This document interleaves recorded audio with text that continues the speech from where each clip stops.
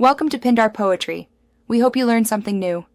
You start by verifying the failure so you repair the right spot. Once you know the cable or connector is bad, cut power and clamp the cable.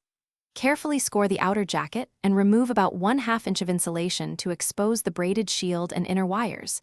Do this slowly to avoid nicking conductors.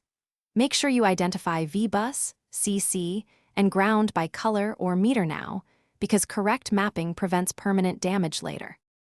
Once done exposing wires, carefully strip each conductor to about 2 to 3 millimeters and immediately tin them with flux to make neat joints. You solder to a replacement Type-C plug or an adapter PCB.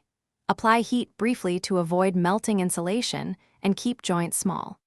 Make sure you respect pairs and twisted geometry for the differential data lines and solder the shield to ground separately. Transition slowly between solder points so you can inspect and fix any unintended bridges. After soldering, insulate each conductor with Kapton or liquid electrical tape before collapsing the bundle, then slide properly sized heat shrink and apply heat evenly. You must test with a multimeter for shorts and with a low-power device first, then a full charger. If signals fail, reflow the small joints and confirm wire mapping.